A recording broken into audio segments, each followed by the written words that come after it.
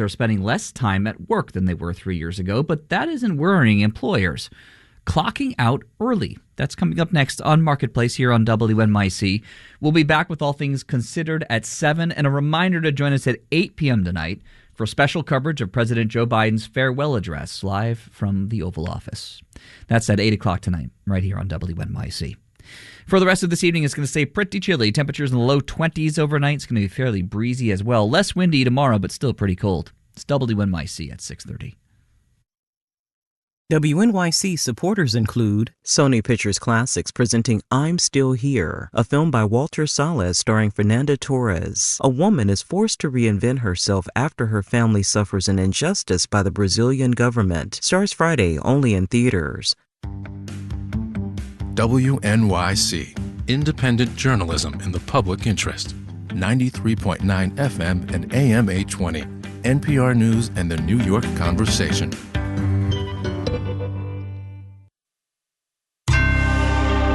Marketplace is supported by Clear Channel Outdoor, an out-of-home billboard company harnessing innovation and technology to connect advertisers with consumers. Billboardsforbusiness.com. Someday, we are not going to have to cover inflation all the time. Today, however, is not that day. From American Public Media, this is Marketplace.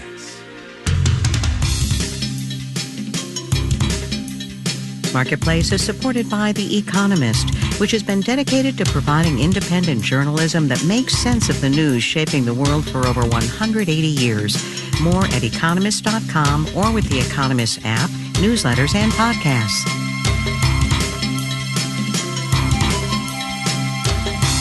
In Los Angeles, I'm Kyle Rizdal. It is Wednesday today. This one is the 15th of January. Good as always to have you along, everybody.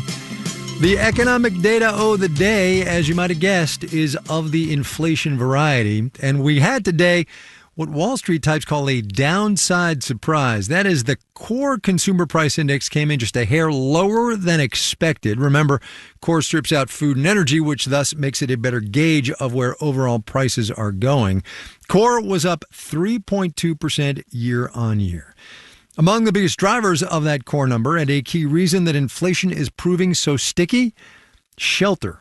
Rent and something called owner's equivalent rent, which is economist talk for the math that they do to make mortgages match rent levels in their formula.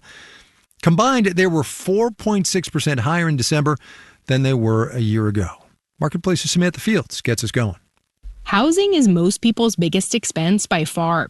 Steve Reed, a senior economist at the Bureau of Labor Statistics, says that's why it weighs so heavily in the Consumer Price Index. Over 36% of the whole CPI is shelter. As long as housing costs remain high, inflation can only go so low. Purely mathematically, it's hard to get a low headline number without shelter numbers coming down.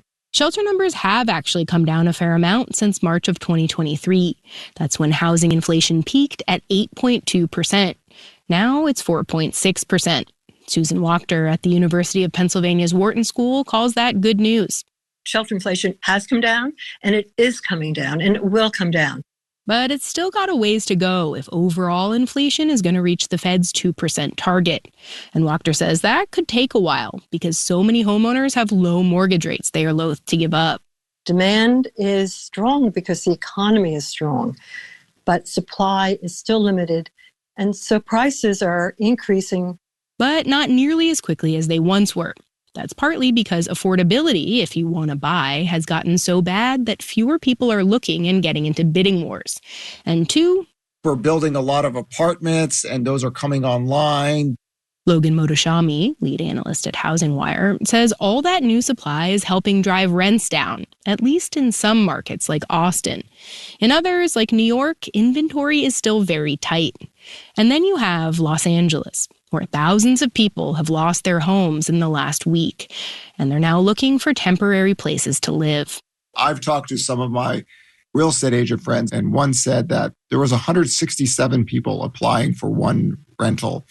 And that's inflationary. Natural disasters are inflationary in the local markets.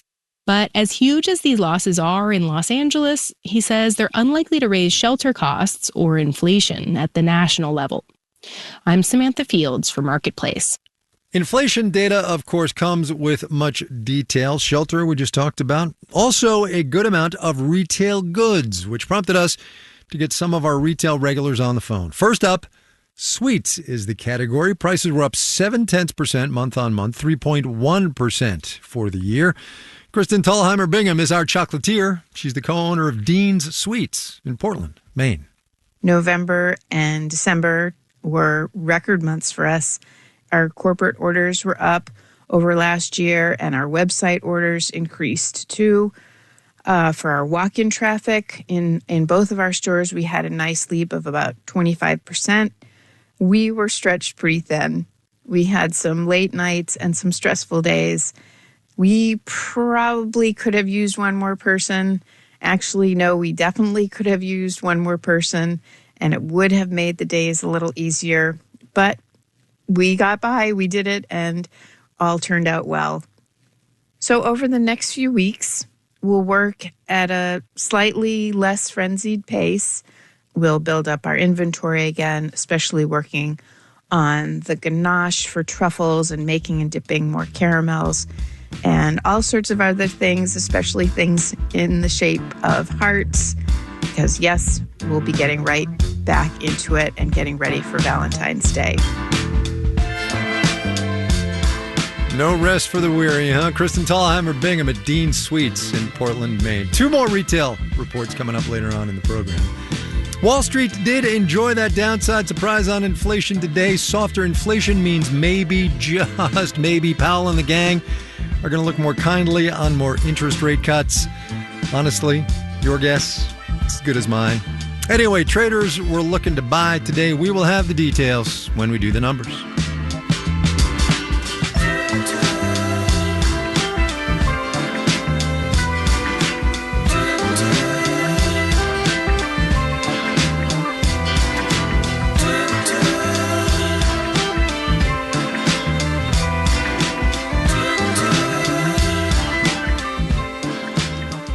Bigger, it turns out, might really be better, especially if you're running a Wall Street bank. JP Morgan Chase, Wells Fargo, and Goldman Sachs posted fourth quarter earnings today, most of them exceeding investors' already rosy expectations. JPM, you know what that is, right? And WFC, that's Wells Fargo and Company for the unfamiliar, each saw net income up 50%, 50%. Now, this isn't to say, as go the big banks, so goes the economy, but there's definitely a correlation. Marketplace's Kaylee Wells has it. A lot of factors came together in the fourth quarter that spelled good news for big banks. One, there was a lot of market volatility, and banks traditionally do very well when markets are volatile. Managing partner Karen Petru at Federal Financial Analytics says volatile markets make people trade and seek advice and look for other services. A lot of that volatility was based on election uncertainty, but Petru doesn't expect that to end. Some of what the president-elect says may be just bluster, but bluster from the Oval Office really moves markets, and I think you will see a good deal of volatility. Also, the Fed has been cutting interest rates. Kent Belasco directs the commercial banking program at Marquette University, and he says that made companies that use these big banks more optimistic. If they were looking to grow or expand or whatever, they start looking at this as an opportune time to maybe borrow from a bank to do that. On top of that, Belasco says big banks also saw more deposits after the Silicon Valley Bank collapse in 2023. People started moving their deposits out of regional banks and into the bigger banks, mainly because of the size. And I think they felt more comfortable with that. Sam Stovall, chief investment strategist at CFRA Research, says the positive effects of that extend well past the banks. The financial sector is, in a sense, the lifeblood of the economy. Good news for banks is good news for the overall economy. Because that means the companies borrowing from those banks have more money to invest. If there's an increase in demand for loans, then there's the expectation for economic growth, for improved output, etc. And Stovall says all that growth and increased output also spells good news for employment, too. I'm Kaylee Wells for Marketplace.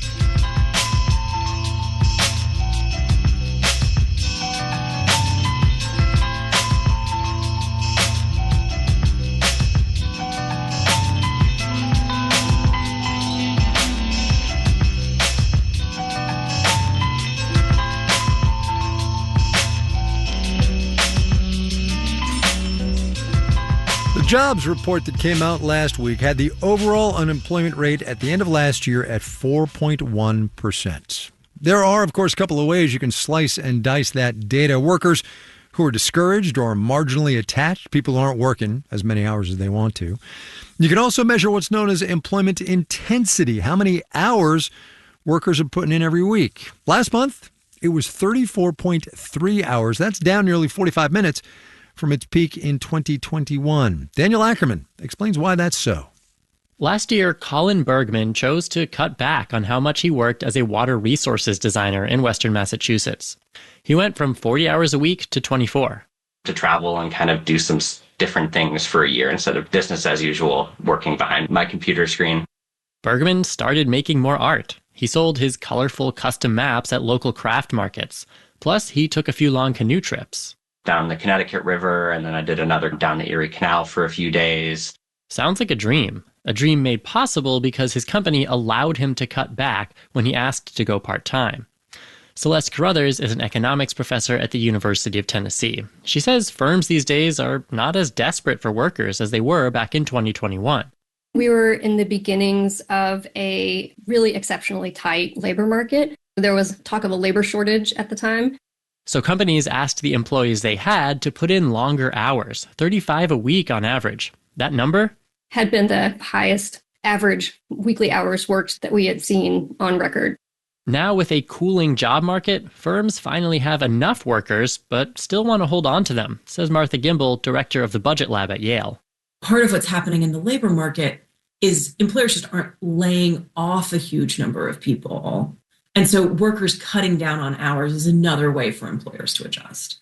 Gimbel says workers don't seem upset about that adjustment, because if you look at the share of part-time workers who would rather be full-time, those percentages are still quite low. And what that suggests is that workers are likely still getting the number of hours that they want to get. And the overall reduction in hours worked is really just a return to how things used to be, says Ari Schwader, an economist at the University of Michigan. So if you look at like the 2012 to 2020 timeframe, we're a tiny bit below sort of the average there, but not dramatically. So Schwader says we could finally be past the pandemic shock to the labor market. But maybe that's just in time for the next shock for workers. If you start to think about things like automation or AI, of course, being the big buzzword, you don't need your customer service people to work as much or as many hours because you can have an AI bot do a lot of the work for them. Schwader says we're not there yet, but AI could mean big changes for how and how long employees work in the future. I'm Daniel Ackerman for Marketplace.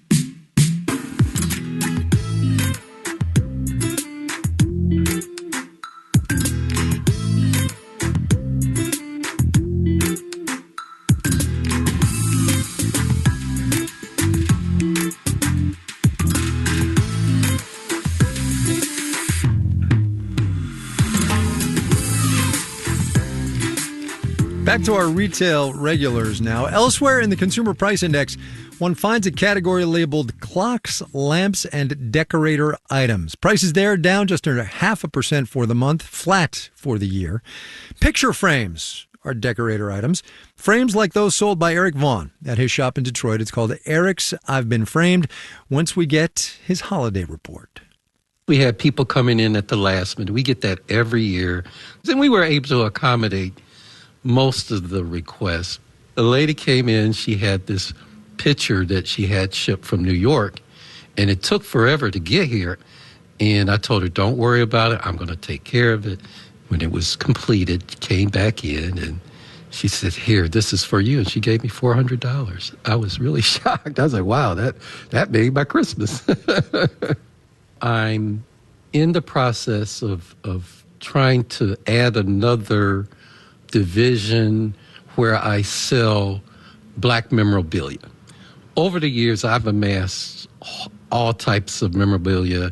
It's going to be probably about 2 to 3 months before I can really get it up and going. And this is something I've always wanted to add. Just in the back of my mind, I said, I've got to do this because I just can't hold on to it forever. Eric Vaughn, Eric's I've Been Framed, is his shop in Detroit.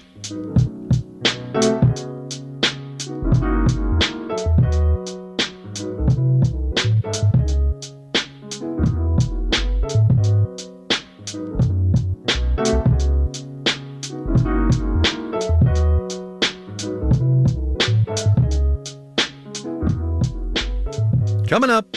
Everyone wanted to take time to go off and be with their families. Ah, yes. Retail scheduling over the holidays. But first, let's do the numbers. Yeah, the really happy music today. Dow Industrial's up 703 points, 1.6%, 43,221. The NASDAQ jumped 466 points, that is 2.5% on that particular index. Finished at 19,511. The S&P 500 added 107 points, 1.8%, 59 and 49 there.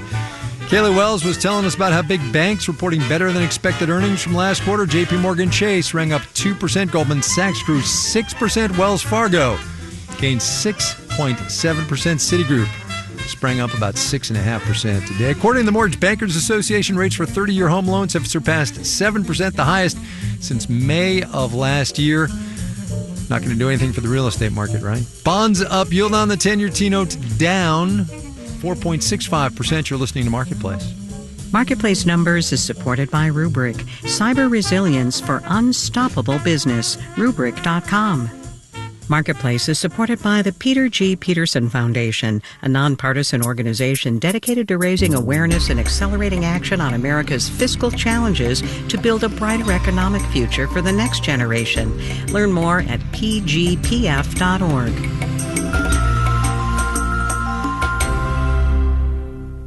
WNYC is supported by New Jersey Performing Arts Center, presenting Patti LuPone in her new show A Life in Notes. The Evita and Gypsy actress performs Broadway and American Songbook classics Sunday, February 2nd. Tickets at njpack.org and ticketmaster.com. That afternoon in 2008, I found myself staring at my laptop screen, reading an email informing me that I had been banned permanently. If I'm honest, it was the right decision. Join us for stories of beef, conflicts with a mysterious caller, with a former best friend, and with an online foe. That's on the Moth Radio Hour from PRX. Tonight at 9 on 93.9 FM WNYC. You're listening to Marketplace on WNYC. In the 7 o'clock hour of All Things Considered, consumer prices rose 2.9% in December from a year earlier, marking the third consecutive uptick in annual inflation. We'll have that and more at 7 o'clock. This is Marketplace. I'm Kai Ryssdal. Immigration, as we know, has been a very high-profile public policy issue the past number of years. We also know that a lot of immigration authority in this country rests with the president. The Biden administration, which has just 5 days left to it, has used its immigration powers broadly, specifically for something called humanitarian parole, which provides work authority here for people escaping violence or oppression or natural disaster back home.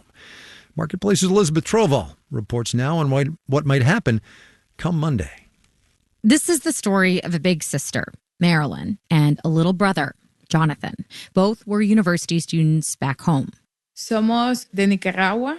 In Nicaragua, universities have been a target of the violent authoritarian government for not using their family name because of the risk of persecution. No hay libertad de expresión. There's no freedom of expression in Nicaragua, says Marilyn, and no job prospects. So 2 years ago, when President Biden opened up humanitarian parole for Nicaraguans, their stepdad, a U.S. citizen, sponsored them. Within weeks, they were on a plane to Houston, and within months, she and her brother landed jobs as custodians at a local school district with their work permits. Nunca había trabajado de limpieza. They had never worked cleaning jobs before, but the pay was decent, $12 an hour, more than salaries in Nicaragua. And she felt good about making her way. Humanitarian parole has been a useful tool to getting fleeing migrants quickly into U.S. jobs that are often low-paying and hard to fill. Food production assistant, forklift operator, gardener. In her office at the refugee resettlement agency YMCA International Services in Houston, Joanne Pantaleon reads off a list of jobs filled by her Cuban, Afghan, and Ukrainian clients on humanitarian parole. Security guard, cashier, Uber driver, packer, stalker, babysitter. Just last year, her organization helped around 1,800 Cubans, Afghans, and Ukrainians with humanitarian parole get work permits. It's immediate access to employment. They're making money for themselves. They're contributing to pay their bills. And in the last couple of years, she says those work permits have been processed more quickly. Just the fact that it only takes a month and a half or 2 months to get it from the moment you submit your application, it's a vast improvement. Humanitarian parole has been used in unprecedented ways during the Biden administration, though it's actually been around for decades, since before the U.S. had an asylum and refugee system. But a big difference between today and back then is Congress used to pass adjustment acts. Kathleen Bush Joseph with the Migration Policy Institute says Congress used to recognize that people couldn't go home for humanitarian reasons. So they'd say, we're going to set up a process for you to be able to become a lawful permanent resident and perhaps eventually a citizen. Congress hasn't had the political will to do that in recent years, and humanitarian parole is both fleeting and discretionary. So when Donald Trump takes office, his officials have said that they think the Biden administration's use of parole has been illegal, and they want to end on day one these processes that have allowed for hundreds of thousands of people to come into the country. And even absent Trump administration policy changes, parole is expiring for many. Some have been able to apply for asylum or temporary protected status. Others will return home or stay in the U.S. undocumented. As for Jonathan and Marilyn from Nicaragua, their pathway to stay is their dad, who has a green card. But because Jonathan was under 21 when he entered and Marilyn was older, they're in different immigration lines, facing different visa wait times. He gets to stay in Texas, but she has to go back to Nicaragua. And she's afraid. For now, she's had to turn down a promotion at work as she makes plans to return to Nicaragua. But she's grateful for the 2 years she was allowed to live in the U.S. Pude económicamente hacer un poquito de dinero. Unlike in Nicaragua, here she's been able to make some money, she says, and she's actually felt free. In Houston, I'm Elizabeth Troval for Marketplace.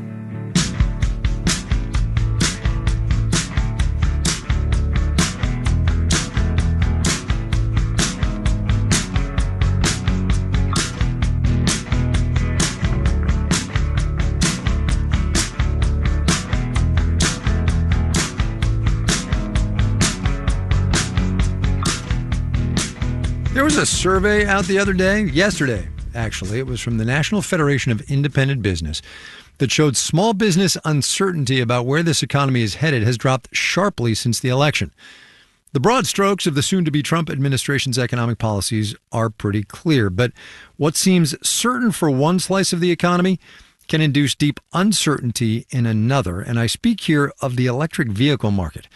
The president-elect has said he will end some of the federal programs that have boosted EVs the past couple of years. And that gets us to this. Bloomberg has analyzed some data from the Department of Energy that shows a record number of high-speed charging stations were installed in the fourth quarter of 2024. That build-out has been boosted by federal dollars, yes, but the cash is also coming from the private sector, as Marketplace's Henry Epp reports. Two main barriers stand between many drivers and an electric vehicle: higher prices and charging infrastructure, or the lack thereof, says Stephanie Valdez-Streety at Cox Automotive. It's those edge cases that they're thinking about. If I'm going to go on a trip and, I want to be able to charge, or I have to go on a long commute. They want to know that they won't get stranded, and more businesses are picking up on the revenue opportunity that comes with that charging anxiety, says Gil Tall, a professor at UC Davis. When you're charging, you will be there for between 15 minutes to half an hour. You can go grab coffee, do a quick shopping. So if you put some chargers next to your coffee shop or clothing store, you probably won't make much selling electricity, but drivers might spend money in your store while they wait. Very similar to how gas stations make more money from selling soda and stuff. This is happening in a lot of shopping plazas and along interstates. Some truck stops are adding chargers, but so are other companies that haven't traditionally been in the fueling business, says Jim Hurlis at CBRE. One example? Volvo, ChargePoint, and Starbucks built out a network of DC fast charging between Seattle and Denver along the interstate corridors. All these new charging stations are a response to the growing number of EVs on the road. Or maybe there are more EVs on the road because there are more chargers? those of us in the space pretty much universally hate the chicken and egg analogy. Jeff Allen is executive director of an organization called Forth, which advocates for electrified transportation. He says EVs and public charging are more like chicken and waffles. They both make the other better. The more EV drivers you have, the more utilization you have of the charging network, and the more charging you have out in public, the easier it is for more people to choose to go electric. And for now, both charging and EVs are growing pretty fast. I'm Henry App for Marketplace. You know what goes together like chicken and waffles? The Marketplace Morning Report and you needing to know what you need to know to get your economic day started. Check it out. David Brancaccio and the gang get up real early in the morning to tell you what there is.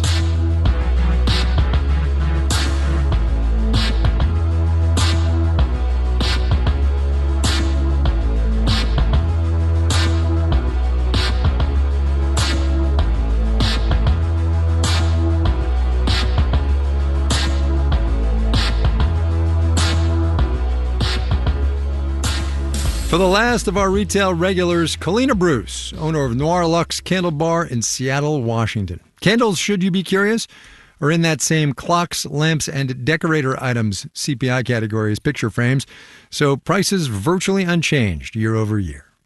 December was really packed with a lot of private sessions, holiday events, and things happening at our candle bar.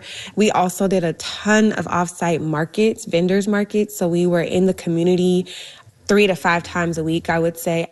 It does feel like we were very well prepared in terms of staffing and inventory. However, there was about a week or so where, everyone wanted to take time to go off and be with their families.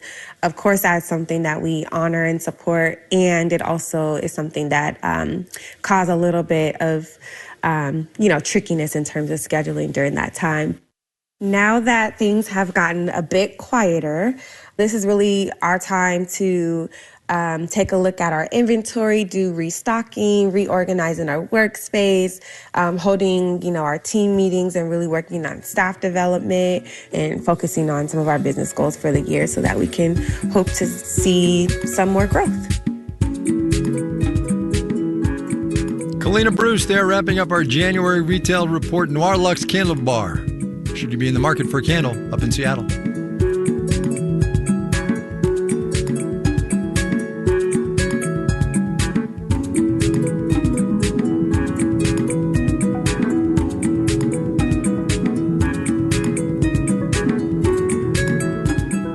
Marketplace is supported by Viking, dedicated to bringing travelers to the heart of each destination with small ship, river, ocean, and expedition voyages, offering cultural enrichment and immersive experiences. Discover more at Viking.com. This final note on the way out today, in which central bankers, they're just like the rest of us. The Federal Reserve's Beige Book came out today. It's an anecdotal look at this economy broken down by regional Federal Reserve Bank.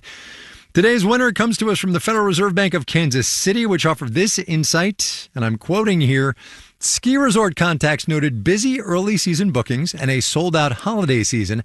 However, out-of-state powder hounds opted for lower-cost basic passes to save on their ski vacations. Kansas, if you're confused, is, yes, very flat, but the Kansas City Fed's district does include Colorado, famously not flat. Our media production team includes Brian Allison, Jake Cherry, Justin Dueller, Drew Jostad, Gary O'Keefe, Charlton Thorpe, Juan Carlos Dorado, and Becca Weinman. Jeff Peters is the manager of media production. And I'm Kai Rizdal. We will see you tomorrow, everybody.